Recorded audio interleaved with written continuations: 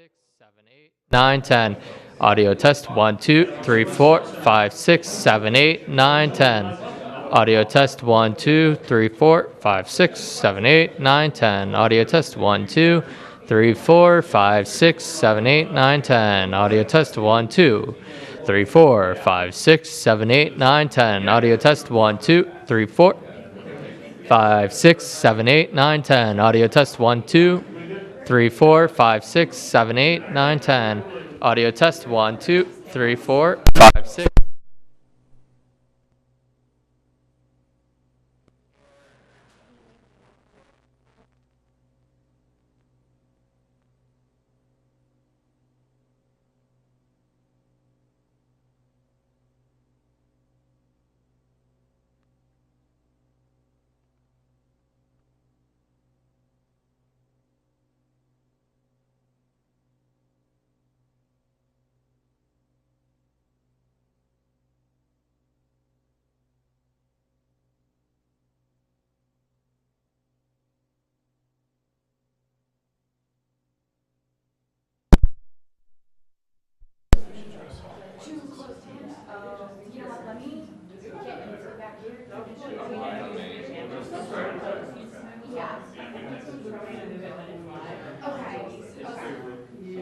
Can we switch it now? No, that's good to know. I'll let him know so that when we come in, it'll immediately work. And Sandra. Switch to lenses or just And we'll get it to you. unplug fiber? We'll have like 2 or 3.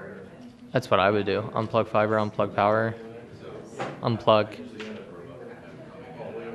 the red XLR and just switch it. And unplug rather than actually switching because that might change the back focus.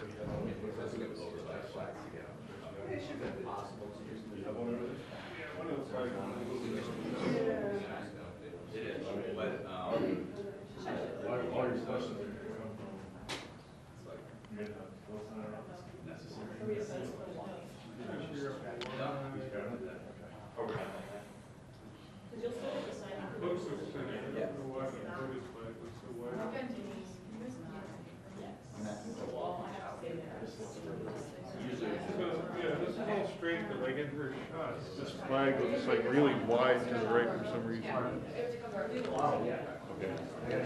don't can put all those. From here, it looks like it's wide. It's further this way. Yeah. Are you talking about POTUS?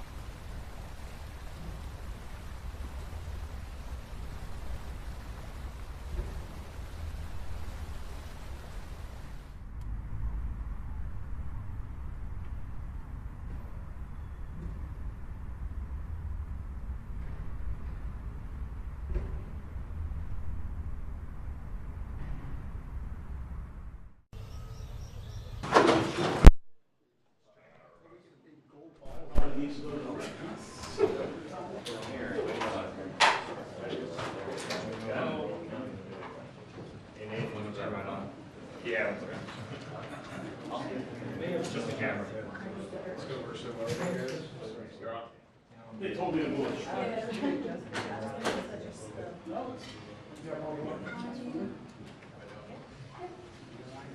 Final audio checks. Audio check 1 2 1 2. Well, wait for this guy to get plugged in and ready to rock and roll.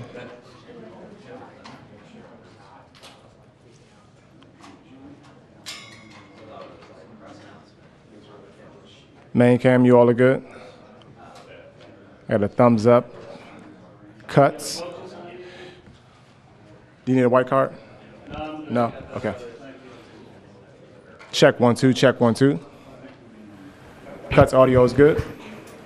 Thumbs up. All right.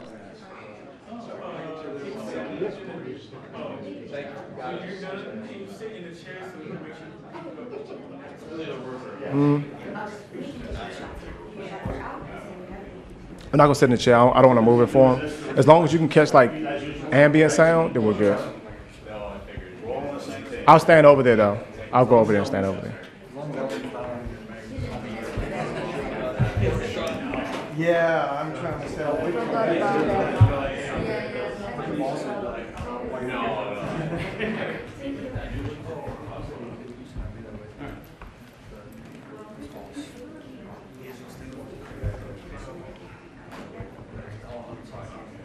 You guys good on camera over here? Good. Okay. Ambient mic check 1 2. Ambient mic check 1 2. Check 1 2. Good.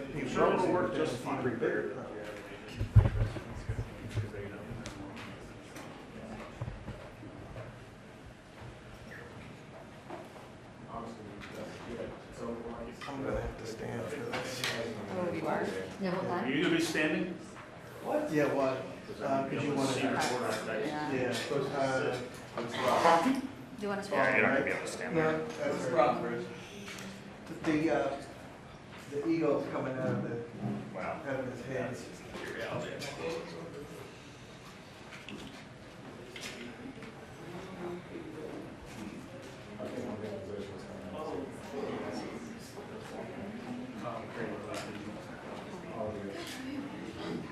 Can we make sure all our phones are on silent, please? Double check.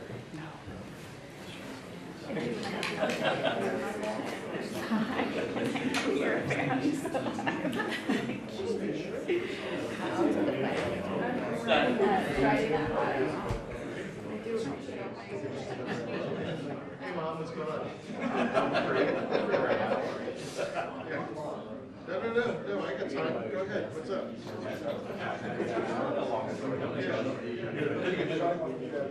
No, I'm not busy at all.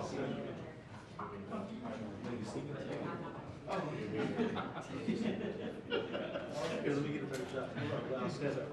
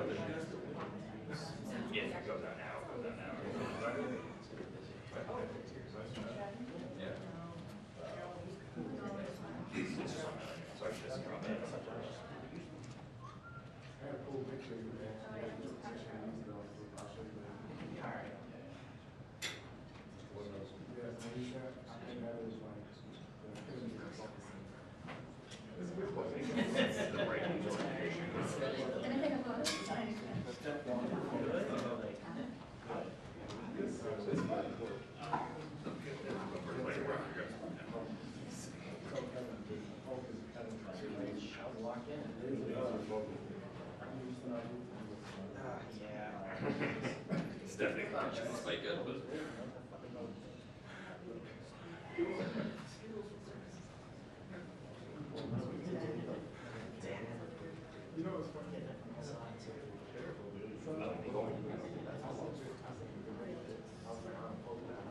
probably quite sadly she was agree. No, you can. As landscape. I feel like mine was landscape. Yeah. They just tested different servers and then they sent it out to everybody else. Otherwise, Oh, no, no, yeah. sending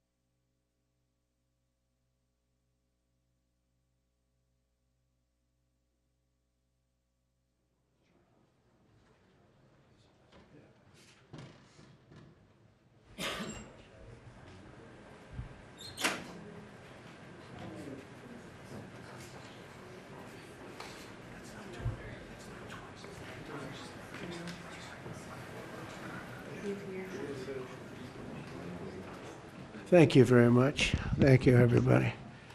It's a big day. Should be fun. I don't know. You'll maybe find reasons why it's not, but I can't imagine because we have a lot of great things happening. It's been a very strong week and a very strong weekend. Before we begin, let me say a few words about the historic events that took place over the last few days. On Saturday, my administration helped broker a full and immediate ceasefire, I think a permanent one, between India and Pakistan, ending a dangerous conflict of two nations with lots of nuclear weapons. And they were going at it hot and heavy, and it was seemingly not going to stop.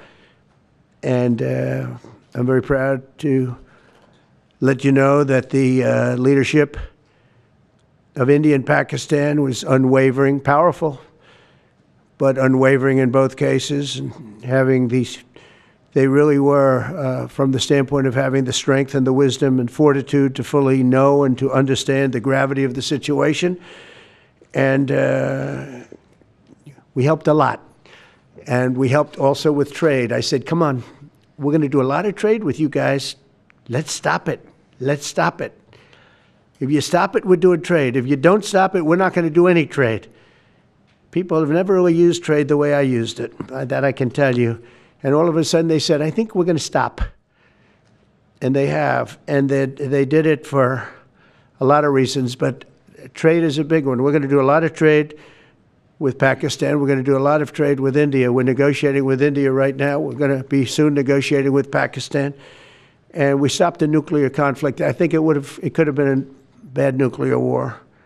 Millions of people could have been killed. So I'm very proud of that. I also want to thank Vice President Vance and Secretary of State Rubio for their work and efforts. They worked very hard on that. We also, as you know, created a situation where the Houthis, for the first time ever, have ceased firing, and they've let it be known that they're not going to be firing at American ships anymore, not going to be firing at Americans anymore. This was a heavy barrage that lasted for approximately 50 days. And as you know, they've been in war essentially for forever. But over the last 10 years, they've been very difficult for other countries. Nobody was able to do what we did. But they stopped, and we take their word for it. Their surrogates and them directly said, we don't want to do this anymore. And so we were satisfied with that. In addition, yesterday we achieved a total reset with China after productive talks in Geneva. Both sides now agreed to reduce the tariffs imposed after April 2nd to 10% for 90 days as negotiators continue on the larger structural issues. And I want to tell you that a couple of things. First of all, that doesn't include the tariffs that are already on, that are our tariffs, and it doesn't include tariffs on cars, steel, aluminum, things such as that, or tariffs that may be imposed on pharmaceuticals, because we want to bring the pharmaceutical businesses back to the United States, and they're already starting to come back now based on tariffs because they don't want to pay 25, 50, or 100% tariffs, so they're moving them back to the United States. I spoke to Tim Cook this morning, and he's going to, I think, even up his numbers, $500 billion. He's going to be building a lot of plants in the United States for Apple, and we look forward to that. I really do look forward to that. But the talks in Geneva were very friendly. The relationship is very good. We're not looking to hurt China. China was being hurt very badly. They were closing up factories. They were having a lot of unrest. And they were very happy to be able to do something with us. And the relationship is very, very good. I'll speak to President Xi maybe at the end of the week. We have some other things we're doing. But one of the biggest things that we're doing, and I don't know if people realize this, but we made a great deal with China, a great trade deal. But it was a much bigger deal originally, and then they canceled it right in the last day. Some of you faces I remember were there when that happened. I remember you. And we had a deal where they opened up their country to trade with the United States. And they took that away at the last moment, and then I canceled the whole thing. And then 6 months later, we ended up doing a smaller deal, but it was a big deal. It was $50 billion worth of product that they were going to purchase from our farmers, et cetera. And we agreed to that. People thought it was 15 because they were doing 15. We made it 50 because I misunderstood the 15. I said, you got to get 50. Because when I asked, if you remember the story, when I asked, what are we doing with them? My Secretary of Agriculture at the time, Sonny Perdue, said, sir, it's about 15 billion and we're asking for 15. And I thought he said 50. So I said, so they came back with the deal at 15. And I said, no way, I want 50. Because you said 50. They said, sir, we didn't say that. Anyway, bottom line, I said, go back and ask for 50, and they gave us 50. And they were honoring the deal, and we would call them up a lot for the corn and for the wheat and for everything. They were honoring the deal, and then when Biden got in, they no longer honored the deal. There was nobody to call. I would call on an average of once every 2 weeks to say, come on, you have to speed it up a little bit. And our farmers were doing great. I said to them, buy more land and bigger tractors, if you remember. That's what happened. But the deal was a very good deal. But the best part of the deal was that we opened up China. China agreed to open itself up to American business to go in. And it would have been a great thing, I think, for China. They would be able to see things that they haven't seen. They would be able to buy products that they had never been able to buy. Would have been great for American business. I think it would have brought unity between China, better unity between China and the United States. And the bottom line is that they canceled it the last day. We were all set to sign it, and then I went a little bit angry. I got a little angry. I said, they canceled the deal. The deal was done. It was all ready to be signed, and people went over. They came back to me, sir, they don't want to sign the opening up China. Well, the biggest thing that we're discussing is the opening up China, and they've agreed to do that, but it's going to take a while to paper it. You know, that's not the easiest thing to paper. But that's the single, I think, to me, some people would disagree. Some people would say we're getting a lot of money with tariffs or whatever, but, you know, especially when you add what we already have. Because remember, we're already getting the 50% on steel and different things. That's not included in these numbers, so you can add that. But the biggest thing to me is the opening up. I think it would be fantastic for our businesses if we could go in and compete with China. It would be a lot of jobs for China. It would be, I think, at a time when they can frankly use the jobs. And that's what we're talking about. So that's a very, very important element to add. So when Scott, I watched him speak the other day, and I think he didn't want to say it, but I said, it's okay to say it. Look, if we don't get it, we don't get it. But if we don't get it, it won't be a positive thing. But if we do get it, I think it's maybe the most important thing to happen. Because if you think about it, we opened up our country to China. They have very few restrictions.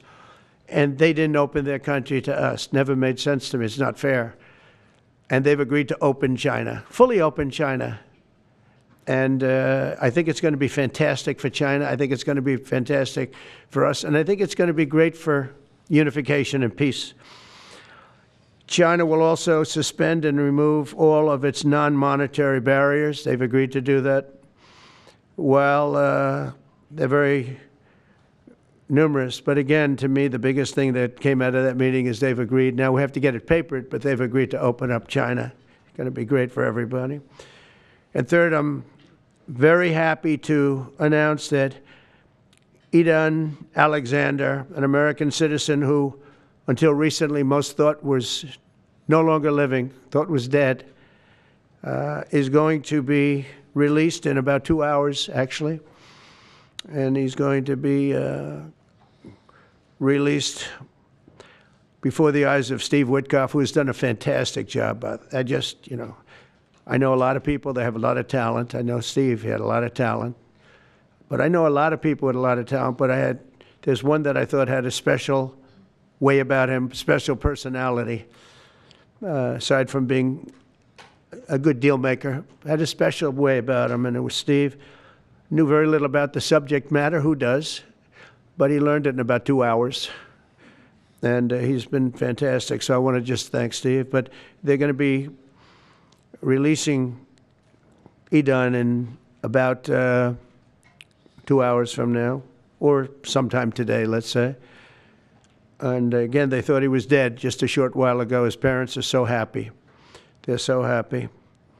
So it's, as you know, Idan's the only American citizen who's captured and held hostage by Hamas since October 7th, 2023. And he's coming home to his parents, which is really great news. I mean, to me, it's big news. They thought he was dead. So that's that. So we'll be heading there, and we'll be seeing 3 primary countries. You know all about that: Saudi Arabia, UAE, Qatar. On Thursday's meeting with Russia and Ukraine is very important. I was very insistent that that meeting take place. I think good things can come out of that meeting. Stop the bloodshed of the horrible. It's a bloodbath. But that 5,000 more, it's really much more, I'm trying to be conservative, more than 5,000 soldiers. Russian, they're not American soldiers, they're from Russia, they're from Ukraine, but they're people. They're human souls, and they're being killed at levels that we haven't seen since the Second World War. And it's every week. A lot of drone fighting. It's a whole new form of warfare, and it's violent and vicious. And so that's it. I'd like to go back to China just for a second. They're very heavy on the fentanyl. We're charging them, as you know, 20% for the fact that they send fentanyl into our country. And they've agreed that they're going to stop that. And, you know, they'll be rewarded by not having to pay, you know, hundreds of billions of dollars in tariffs. So the fentanyl should stop. It comes from China. It's amazing. And comes through our southern border, comes through our northern border too, comes through Canada, and comes through our southern border, much more through the southern border. But so that's a very important subject to me, because everybody in this room has lost friends or people that have family members that have died of fentanyl. So there's a big incentive for China to stop, and I take them at their word. They're going to work on that, I think, very hard. And one thing, when they work on something, they get it done. So now I'm about to depart on a historic visit. Some of you are going with us to, as I said, Saudi Arabia, Qatar, and United Arab Emirates. Before I do, I'll sign one of the most consequential executive orders in our country's history. I don't think there's ever been anything signed like this, certainly not with respect to health care, nothing even close. I'm delighted to be joined on this occasion by Secretary of Health and Human Services Robert F. Kennedy, Jr., who is doing a really good job, I have to tell you that. CMS Administrator, a friend of mine, Dr. Mehmet Oz, who is an amazing guy. You know, I was telling Bobby before, Oz had a very successful show, but it hurt his reputation. Because when you're in show business, it hurts your reputation a little bit. It's good for you, but in terms of professionalism and being a doctor, it sort of hurts your reputation.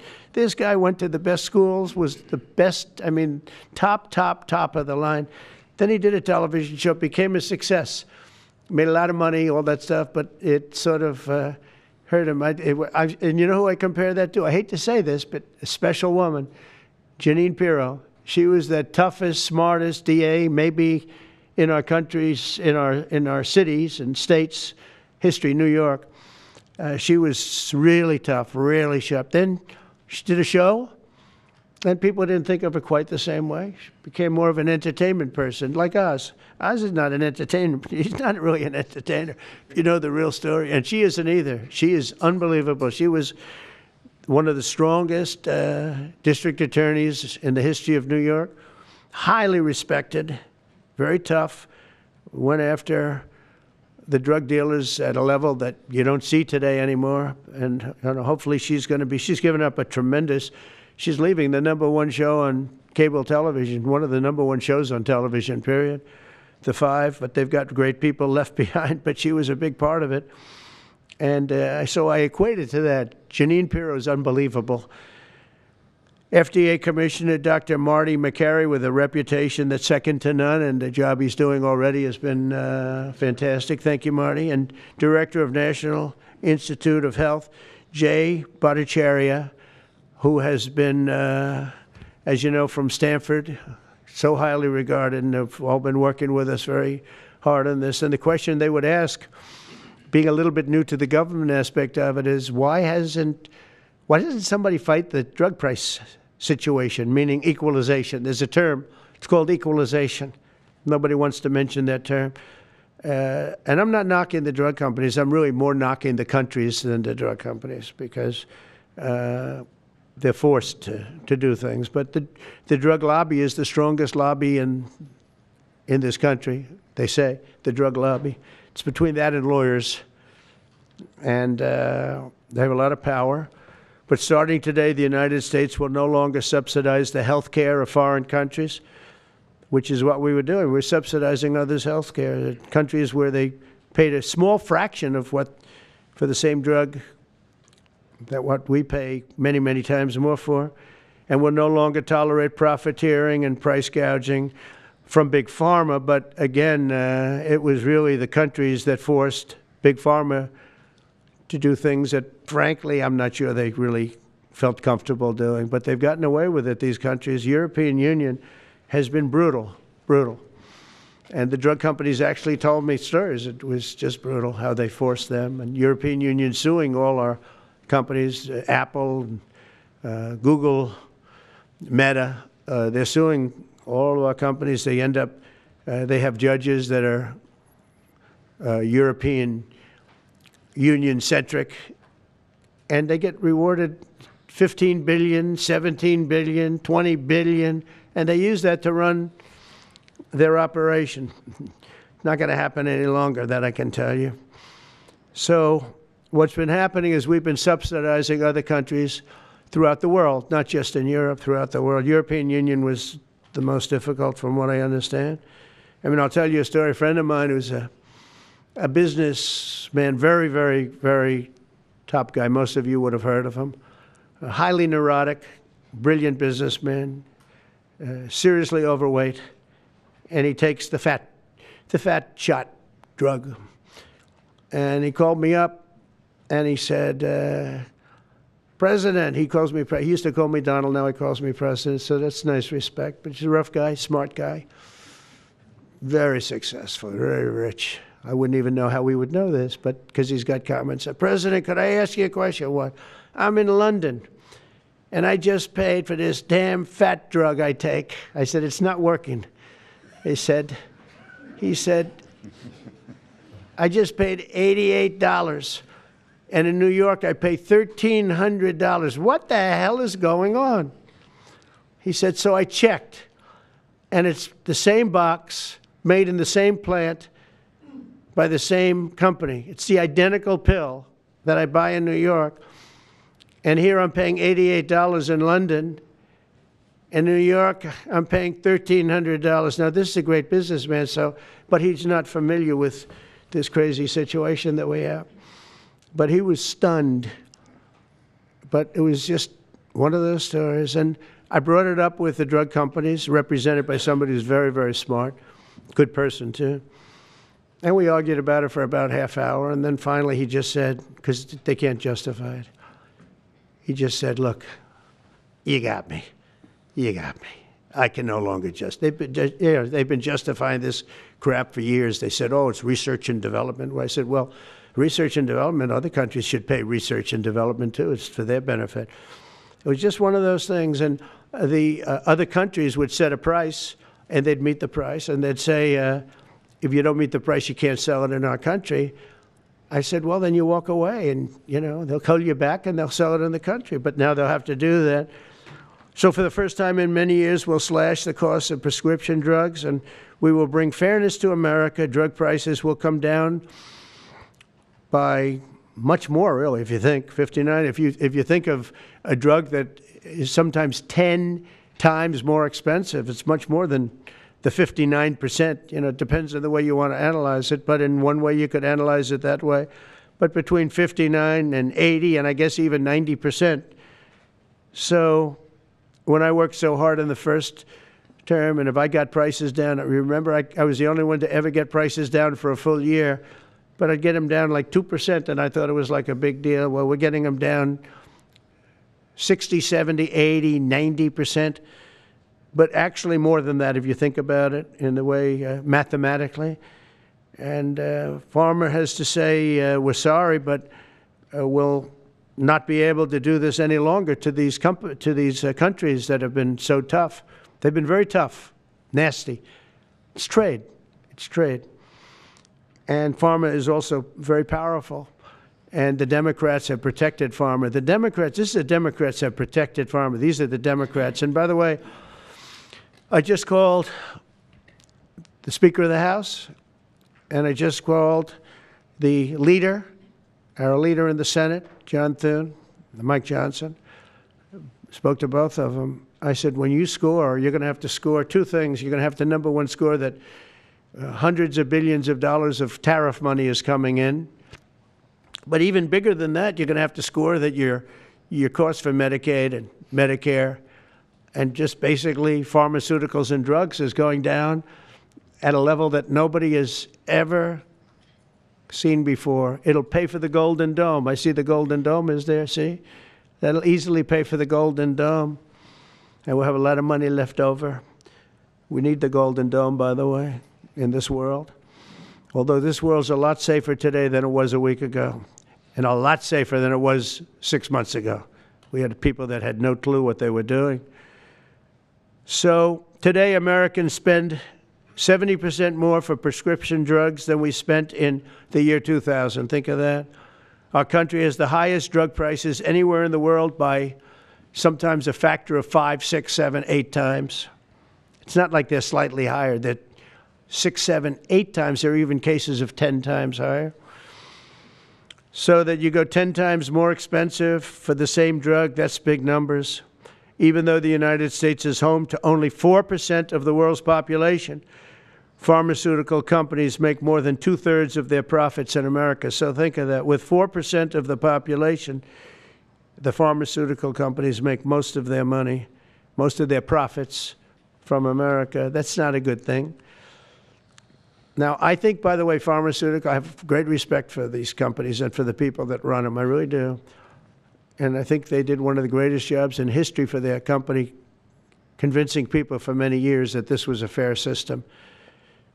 Nobody really understood why, but I figured it out. For years, pharmaceutical and drug companies have said that research and development costs were what they are, and for no reason whatsoever.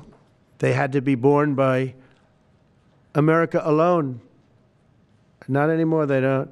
This means American patients were effectively subsidizing socialist healthcare systems in Germany, in all parts of the European Union. They were the toughest of all. They were nasty. And I see that. I see that with trade, too. European Union is in many ways nastier than China. Okay? And we've just started with them. Oh, they'll come down a lot. You watch. We have all the cards. They treated us very unfairly. They sell us 13 million cars. We sell them none.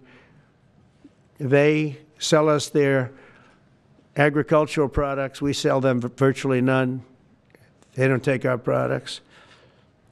That gives us all the cards, and very unfair. So they're going to have to pay more for health care, and we're going to have to pay less. That's all it is. And believe it or not, because it's really the world we're talking about, not just the European Union, but because it's the world, the numbers are for the healthcare company not as bad as you would think. They'll make the same. I think the healthcare companies should make pretty much the same money. I really don't believe they should be affected very much, because it's just a redistribution of wealth. It's a redistribution where it could be the same top line, but it's going to be distributed differently. Europe's going to have to pay a little bit more. The rest of the world's going to have to pay a little bit more, and America's going to pay a lot less. Again, because it's a much smaller population than when you think of the whole world. So basically what we're doing is equalizing. There's a new word that I came up with, which I think is probably the best word. We're going to equalize, where we're all going to pay the same. we're going to pay what Europe's going to pay. We're going to all pay. Now, there may be some countries in dire need, and I would be willing to sacrifice that and help them. But it's called Most Favored Nation. We are going to pay the lowest price there is in the world. We will get whoever is paying the lowest price, that's the price that we're going to get. So remember that. So we're no longer paying 10 times more than another country. Whoever is paying the lowest price, we will look at that price and we will say that's the price we're going to pay. Most favored nations. That's what it is. One breast cancer drug costs Americans over $16,000 per bottle, but the same drug from the same factory, manufactured by the same company, is 1/6 that price in Australia and 1/10 that price in Sweden. 1/10 for the identical product. A common asthma drug costs almost $500 here in America, but costs less than $40 in the United Kingdom. So $40 in the United Kingdom, which is where this gentleman told me he paid a small amount for his shot. But think of that. So $40 versus $500 here. That's not even bad. There are much worse examples. And the weight loss drug, Ozempic, costs 10 times more in the United States than in the rest of the developed world. 10 times more. Why? Why? What did we do? Suckers. But we never had a president that had the courage to do this. And nobody knew the system like I do. I mean, I've gotten to know this system so well. And I don't think it's fair that it benefits Obamacare. Obamacare is a failure. It's not a good health care. It works. I made it work. I had an obligation to make it work, or an obligation to let it die. I chose that we had to make it work. I had to make it as good as possible. And I had a choice. I could have let it fail or make it as good as possible. As good as possible means it was still not very good, but it survived. And we did the right thing. But this makes everything work. And I don't want to have a bad form of health care work because of the fact I was able to cut drug prices by 80 or 90%. So we're going to maybe come up with something. I think this gives the Republicans a chance to actually do a health care that's much better than Obamacare and for less money, which if you guys would work on that along with Congress. But I do want to say that Democrats could have done this a long time ago. They have fought like hell for the drug companies, and they knew they were doing the wrong thing. And it's going to be very hard. I was just telling the leader and the speaker that it's going to be very hard for the Democrats to vote against the one big, beautiful deal. The greatest tax cuts in history, greatest everything, but now you have the big drug prices because that's going to be included. It makes that whole situation different from a scoring standpoint. I just told them, I called them up about this. I said, I'm going to do something that's going to be very monumental, and you're going to be scoring. You better tell your people that this is going to score really well. And then add hundreds of billions of dollars in tariffs to your list also. But as big as the tariffs are, this is something that really hits quickly. 5 years ago, I signed an executive order to confront this disaster, but only confront it in a minor way. It was a good confrontation, but never to this extent. And it took people a little while to understand a very complicated system. But Joe Biden, without any knowledge of what he was doing, terminated the policy and then pretended to negotiate under a new system. And then you take a look, 5 out of the 10 drugs that he negotiated are now over 200% more expensive in America than the rest of the world, and far more expensive than when he even got involved. Much more expensive than when he got involved. Joe Biden's plan was as you know, because you wrote about it, you don't say it very loudly, but it was a very big failure, was his whole presidency. First, I'm directing the U.S. Trade Representatives and Department of Commerce to begin investigations into foreign nations that extort drug companies by blocking their products unless they accept bottom line and very low dollar amounts for their product, unfairly shifting the cost burden onto American patients. And we'll be taking a look at that very strongly. The biggest thing we're going to do is we're going to tell those countries, like those represented by the European Union, that, that game is up, sorry. And if they want to get cute, then they don't have to sell cars into the United States anymore. It's a very big subject. And they won't get cute, because I'll defend the drug companies from that standpoint. They were given a price by the European unions and other countries. This is what you do. This is what we're going to pay. We're not going to pay any more. Let America pay the difference, because there was a big shortfall. Let America pay it. And that's what we did, but we're not doing it anymore. Next, my administration will secure what we're calling most favored nations drug pricing. The principle is simple. Whatever the lowest price paid for a drug in other developed countries, that is the price that Americans will pay. And we're using the term other developed countries because there are some countries that need some additional help, and that's fine. I think that's very good. Some prescription drug and pharmaceutical prices will be reduced almost immediately by 50 to 80 to 90%. Big Pharma will either abide by this principle voluntarily or will use the power of the federal government to ensure that we are paying the same price as other countries. To accelerate these price restrictions and reductions, my administration will also cut out the middlemen. We're going to totally cut out the famous middlemen. Nobody knows who they are, middlemen. I've been hearing the term for 25 years, middlemen. I don't know who they are, but they're rich. That I can tell you. We're going to cut out the middlemen and facilitate the direct sale of drugs at the most favored nation price directly to the American citizen. So we're cutting out, Bobby, the middlemen. It's so important, right? You got to do that. They're worse than the drug companies. They don't even make a product, and they make a fortune. It's very smart business people, that I can tell you. If companies make no significant progress toward most favored nation pricing, which we will insist that they do, so I think I'm wasting time talking about it. We're going to insist upon it. And we'll insist, and we're going to help the drug companies with the other nations, because those other nations do a lot of trading with us. They need our trade, just like China needed us very badly. They need us just as badly. We will do whatever we have to with trade, just like we did some great things with trade with India and Pakistan. It really helped the situation, very heated situation. Could have lost millions of people, more than millions. I mean, many millions of people. And they want to do business with America, but we never used our powers that way. We never knew how. We never had people that knew how to do that. We'll also open up America's market to safe and legal imports of affordable drugs from other countries, putting dramatic downward pressure on prices.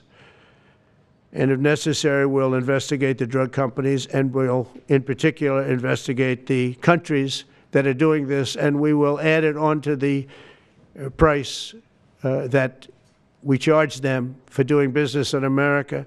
In other words, we'll add it onto tariffs if they don't do what is right, which is everybody should equalize. Everybody should pay the same price. And special interests may not like this very much, but the American people will. I am doing this for the American people. I'm doing this against the most powerful lobby in the world, probably the drug lobby, drug and pharmaceutical lobby. But it's one of the most important orders, I think, that's ever been signed, certainly with regard to health care or health in the history of our country, and it's an honor to be a part of it. And I'd like to ask Robert F. Kennedy to say a few words, please. Thank you. Thank you, Mr. President.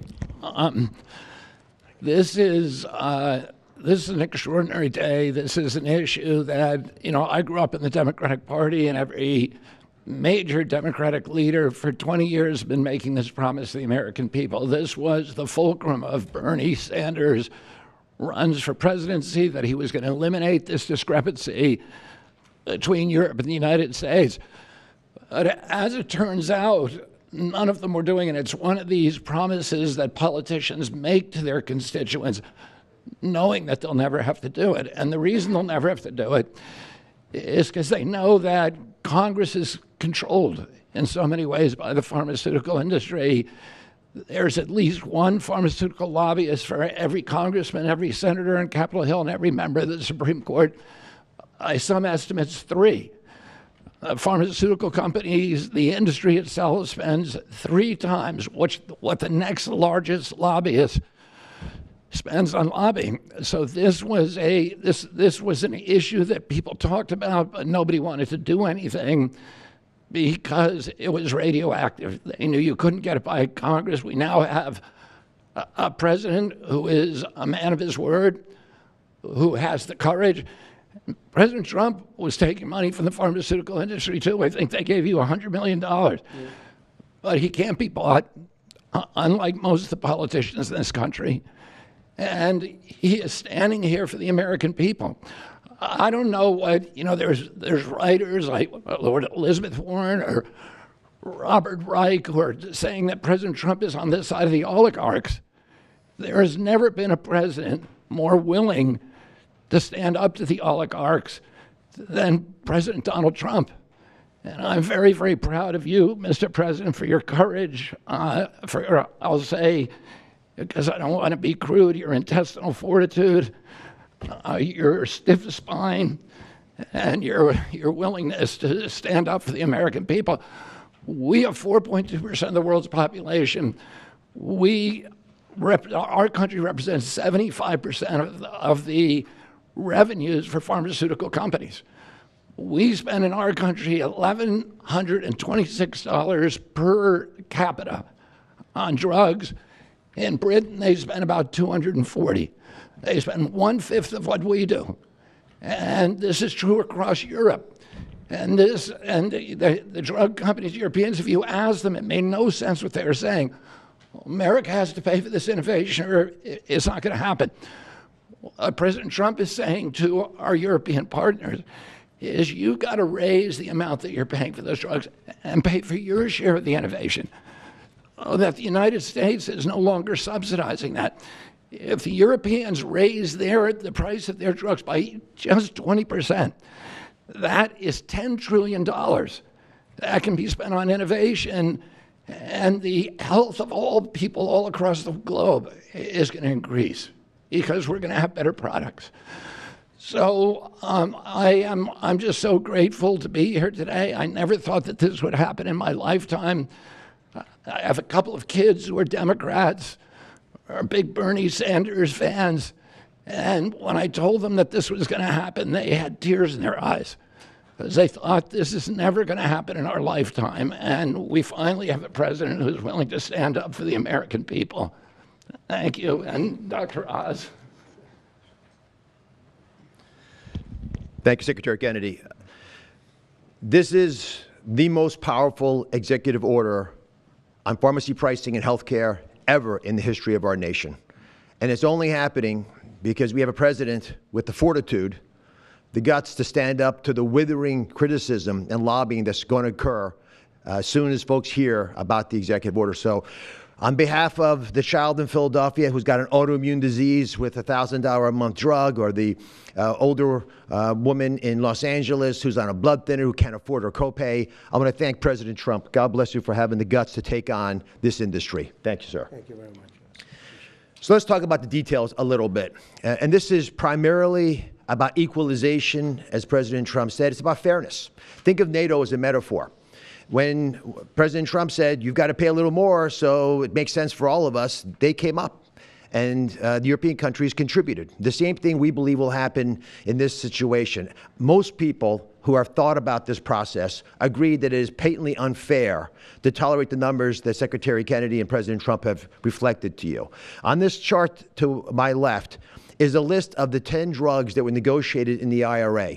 Again, this is the bill, the law, that regulates a negotiation process. This is the best price that was able to be obtained by the Biden administration. And if you look at these numbers, they actually reflect how much on top of the most favored nation price was being paid by the United States. So the closest to me, and Bob, you can point to the Jardiance, the closest one, 289%, the one that's closest to you. That means that we are paying in America 4 times more than that drug costs in other countries. Again, 100% is the baseline. It's 289% above that baseline. It goes all the way down to when we're paying 50% more than any other country. That's the range. As was pointed out by President Trump, half the time we're paying 3 times more than is paid in other countries. It doesn't make any sense for the system. That stated, President Trump has over and over again indicated, and Secretary Kennedy reflected as well, we want innovation. We want our technology partners doing the best they can to make the best solutions for drugs to cure as many people in America and around the world as possible. By getting our allies to pay a bit more, as they should be, and they should have for many years been doing, will course correct a problem that's gotten out of hand. And by doing that in a thoughtful, effective way, we're going to be able to get the pharmaceutical industry whole. Those jobs will still be here, will still be productive, will still be curing cancer and a slew of other ailments that plague humanity. America will still be the leader in this space, but we'll be paying the appropriate amount, the right-sized amount for those tasks. So over the next 30 days, the 4 of us up here, together with people standing in the back of this room who are doing a lot of the heavy lifting, are going to be approaching pharmaceutical companies to talk specifically about what we want the most favored nation price to be based on the best data we have. We're looking forward to a thoughtful interaction with these corporate leaders, many of whom we've spoken to and in quiet will agree the system is not right the way it is. They're patriotic Americans. They want what's right. But the fact that in my lifetime, as Secretary Kennedy said, for the first time, we have a thoughtful and aggressive approach, thanks to President Trump, on taking on the special interests, should give all Americans confidence that this is an administration that stands for fairness, and it should chill the waters for those who believe they can push us away from our North Star, which is to take care of the American people. Mr. President, God bless you. Thank you very much. Thank you. Jay, you want to go next? Sure. Yep. So I teach economics at Stanford as well as health policy. And one thing that's really, really simple in economics is that when you have a persistent price difference for the same product between 2 countries, there is something deeply wrong. And what President Trump has done is a historic measure that should have been done a long time ago. What we're going to do is make sure that those prices become much closer to equal, like a competitive market you'd expect. Right now what's happening is the American people are subsidizing in large fraction the research and development efforts for drug companies around the world by the higher prices that we pay. With this new order, Europe will share the burden of that. And in fact, if you may think of it as like as somehow it's going after drug companies, actually it's helping drug companies.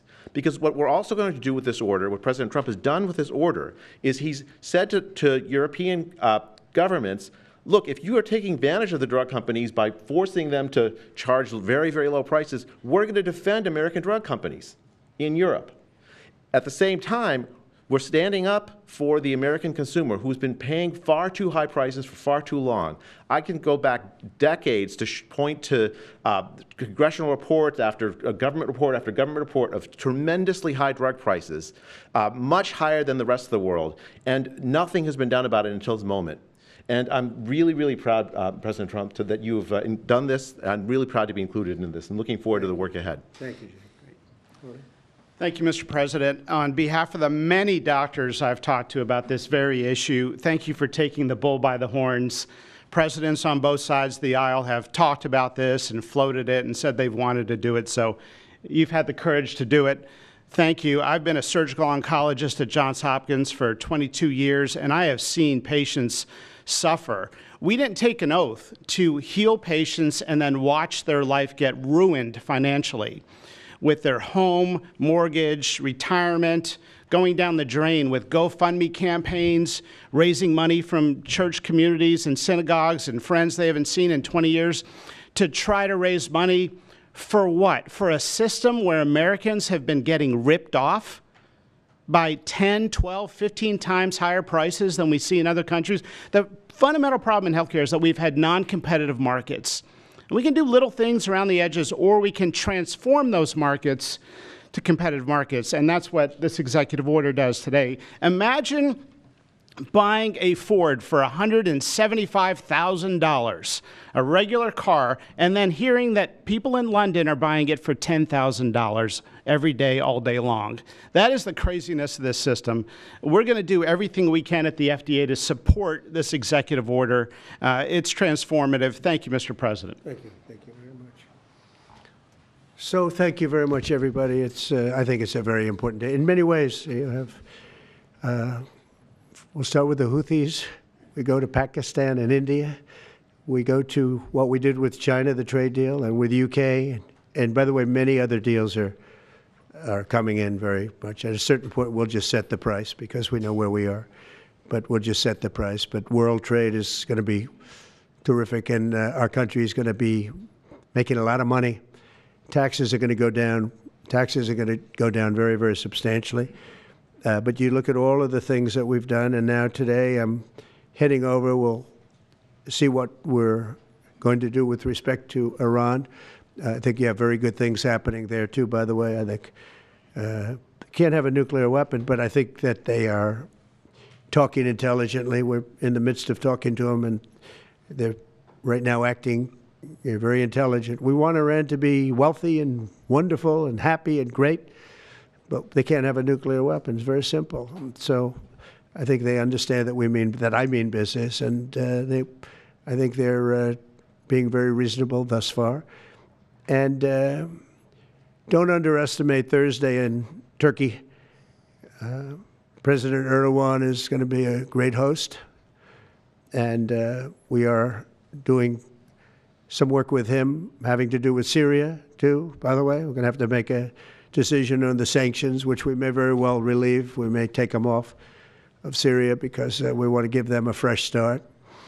But President Erdogan's asked me about that. Many people have asked me about that because the way we have them sanctioned, it doesn't really give them much of a start. So we want to see if we can help them out. So we'll make that determination. But I think you're going to have maybe a good meeting. You have the potential for a good meeting, that a meeting wasn't going to take place. I insisted that that meeting take place. And it is taking place. And I think you may have a good result out of the Thursday meeting in Turkey between Russia and Ukraine. And I believe the two leaders were going to be there. I was thinking about flying over. I don't know where I'm going to be on Thursday. I've got so many meetings. But I was thinking about actually flying over there. There's a possibility of it, I guess, if I think things can happen. But we got to get it done. We got to save 5,000 lives a week. 5,000 lives is really more than that. It's worse than that. And when you see and you don't want to see it, but when you see the satellite photographs of the battlefield with arms and legs and heads all over the place, separated by 30 yards from bodies, doesn't make sense. Doesn't make sense. So we're working very hard to see if we can end that bloodbath. Okay, there shouldn't be too many questions. It's been covered pretty well. Mr. President, thank you for taking questions. Two quick ones for you, starting on trade. If a longer-term deal is not reached with China at the end of these 90 days, can the American people expect those tariffs to go back up to 145%? No, but they would go up substantially higher. Okay. And then You know, at 145, you're really decoupling because nobody's going to buy.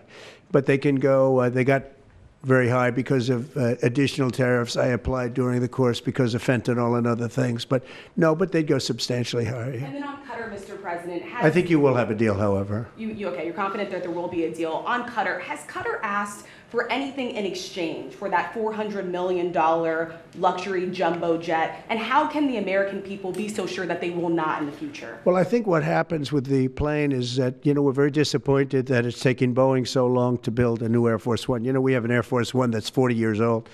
And if you take a look at that compared to the new plane of the equivalent, stature at the time, it's not even the same ballgame. You look at some of the Arab countries and the planes they have parked alongside of the United States of America plane, it's like from a different planet.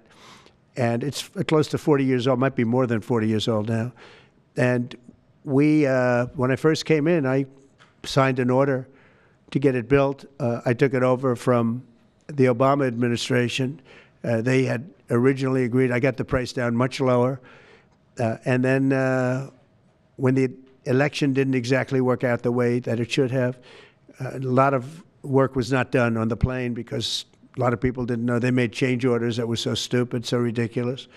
And it ended up being a total mess, a real mess. And when I came back, I said, by the way, what's going on with the Boeings that are coming in? Well, sir, they're way behind. And they are. They're way behind. They were way behind. Another mess that I inherited from Biden. And it's going to be a while before we get them. And I think Qatar, who has really, we've helped them a lot over the years in terms of security and safety. I think they, and very, very nicely, and I have a lot of respect for the leadership and for the leader, Qatar. And I think they knew about it because they buy Boeings. They buy a lot of Boeings. And they knew about it. And they said, we would like to do something. And if we can get a 747 as a contribution to our Defense Department, to use during a couple of years while they're building the other ones. I think that was a very nice gesture. Now, I could be a stupid person and say, oh, no, we don't want a free plane. We give free things out. We'll take one, too. And it helps us out because, again, we're talking about we have 40-year-old aircraft. The money we spend, the maintenance we spend on those planes to keep them tippy-top is astronomical. You wouldn't even believe it. So I think it's a great gesture from Qatar. I appreciate it very much. I would never be one to turn down that kind of an offer. I mean, I could be a stupid person and say, no, we don't want a free, very expensive airplane. But I thought it was a great gesture. And I think it was a gesture because of the fact that we have helped and continue to, we will continue to, all of those countries, Saudi Arabia, UAE, Qatar, and others, we keep them safe. If it wasn't for us, they probably wouldn't exist right now. And I think this was just a gesture of good faith. And I don't get it. Someday it'll be like Ronald Reagan. They decommission them. You know, they get to a certain age, they decommission them. It'll go to my library. They're talking about going to my library in years out. But I thought it was a great gesture. And it's something that was done by Ronald Reagan. They actually decommissioned the plane, and he put it in his library. And it actually has made the library, I think, a Boeing 707. It's actually made the library more successful. So it was good. Do you plan to use the plane after you leave office? No, I don't. No, it would go directly to the library after I leave office. I wouldn't be using it. No. Mr. President, on the hostage, you said that the release of the American hostage, Aaron Alexander, is a step in good faith to end this war. Do you expect any progress, perhaps announcement on ceasefire during your trip to the Middle East? We hope that we're going to have other hostages released too, as you know. So when I met with the hostages 3 weeks ago that were there for quite a while, you remember the 10 people that came in, mostly young people. 1 or 2 were a little bit older. They were explaining the trials and tribulations. I mean, they went through hell. And I said, how many are there? They said 59. I said, that's a lot. I didn't realize, because we got a lot out. You know, we got a lot of hostages out, I think you will acknowledge. They said 59, but then they said, they followed that up by saying 59, of which 24 are living, the rest are dead.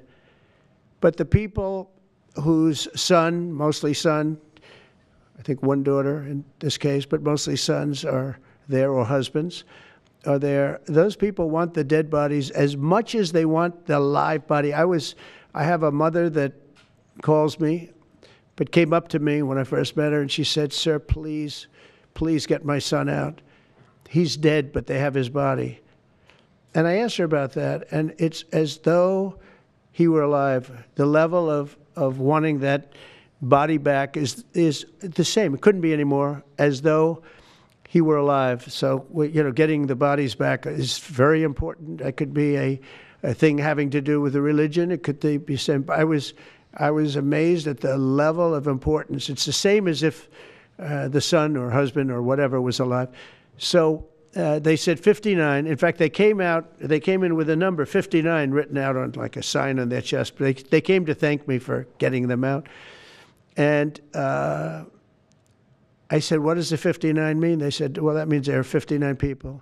But then they said, but 24 are living. Now it's 21. The number's 21. So now it's actually, we'll get Eitan today. We think we're getting him today. So it's 20. So they have 20 live hostages there. The rest are dead bodies.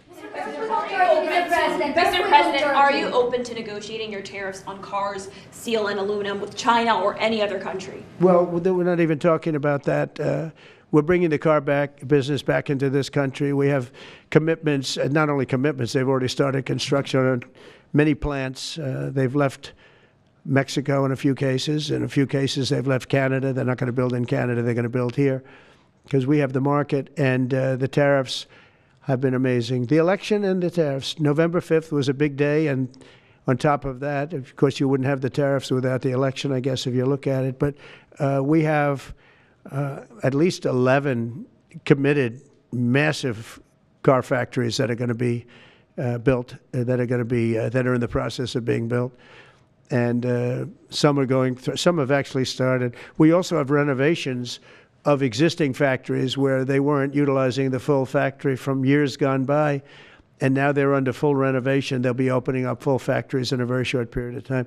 Our car industry is, I think we're going to have the #1 industry. You know, if you look at Japan and these others, they do tremendously with cars, and they can do that too. But you know, if they want to sell cars in the United States, they're going to have to build factories in the United States, because I'm interested in cars for the United States. Now, one other thing is, in our tax bill, we're giving not only no tax on tips, no tax on Social Security, no tax on overtime, but also we're going to get a deduction for people that borrow money to buy a car if it's made in America.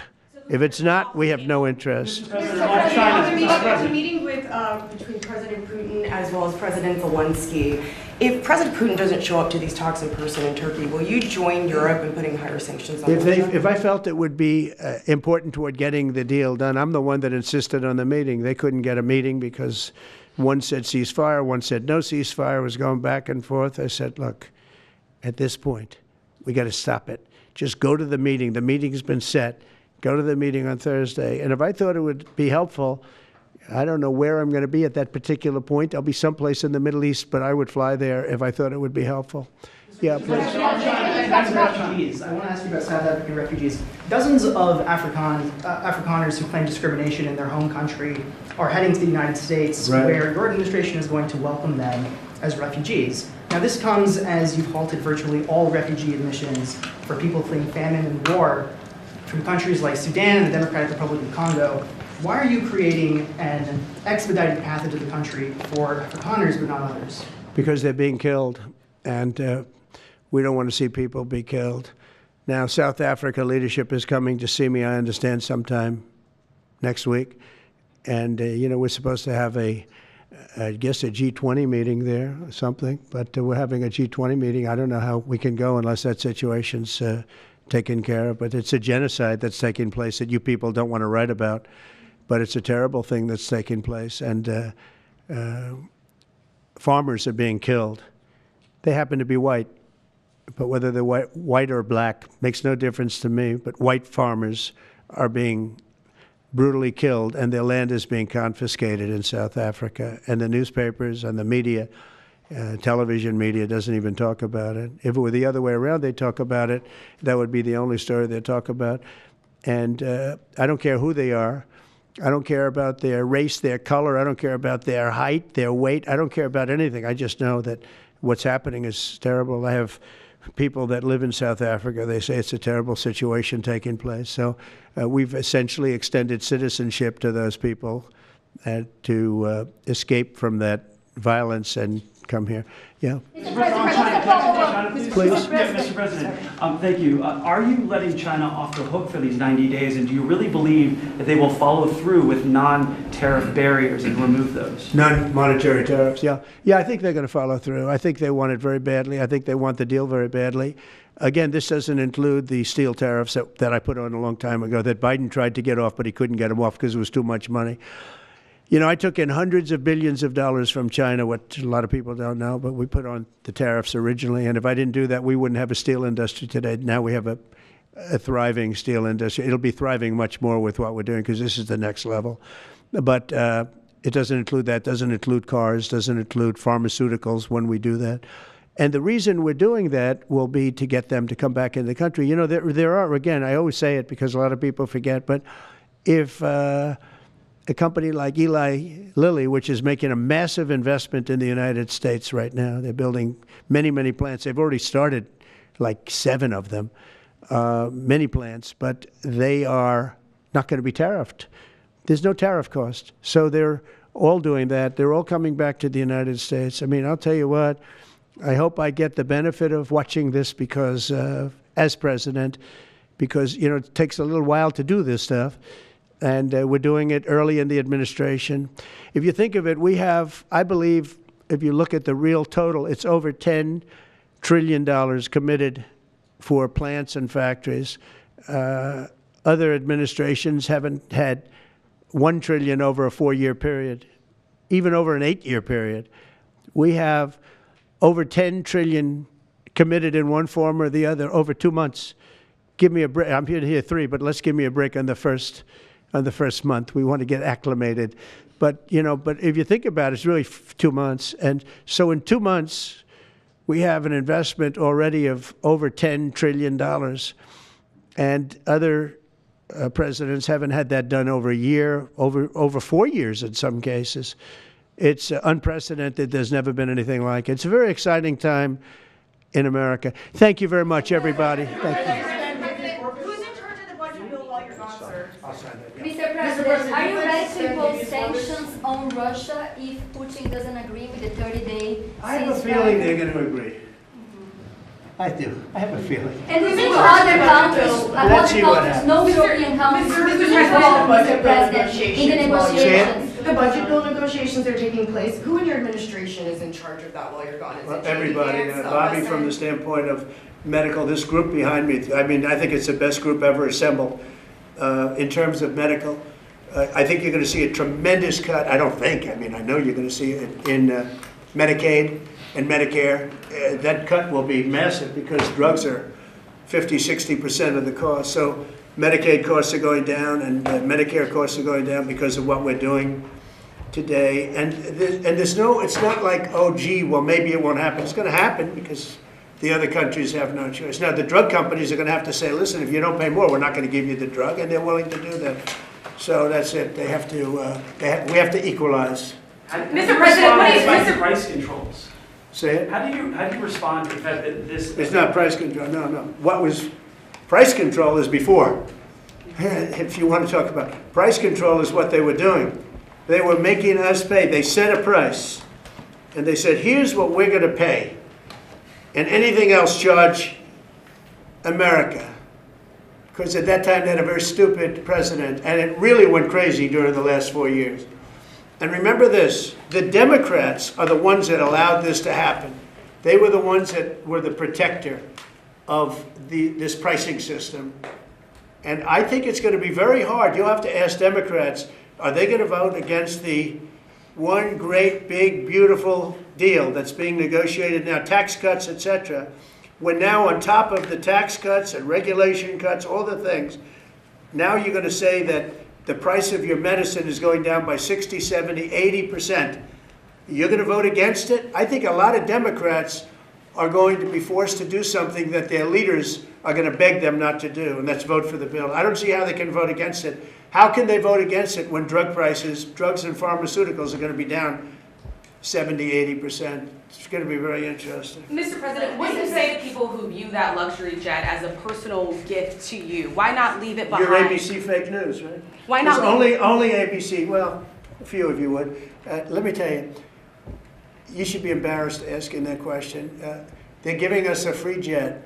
I could say, no, no, no, don't give us, I want to pay you $1 billion or 400 million or whatever it is. Or I could say, thank you very much. You know, there was an old golfer named Sam Snead. Did you ever hear of him? He won 82 tournaments. He was a great golfer. And he had a motto, when they give you a putt, you say, thank you very much. You pick up your ball and you walk to the next hole. A lot of people are stupid. They say, no, no, I insist on putting it. And then they putt it and they miss it. And their partner gets angry at them. You know what? Remember that, Sam Snead. When they give you a putt, you pick it up and you walk to the next hole and you say, thank you very much. Respectfully, sir, as a businessman, some people may look at this and say, have you ever been given a gift worth millions of dollars and then not received anything? It's not a gift to me, it's a gift to the Department of Defense. And you should know better, because you've been embarrassed enough, and so has your network. Your network is a disaster. ABC is a disaster. Here is the bill. Bobby, come on over here. Now you're talking about trillions and trillions of dollars. Thank you very much, everybody. Mr. President, a quick question about Turkey. Thank you very much.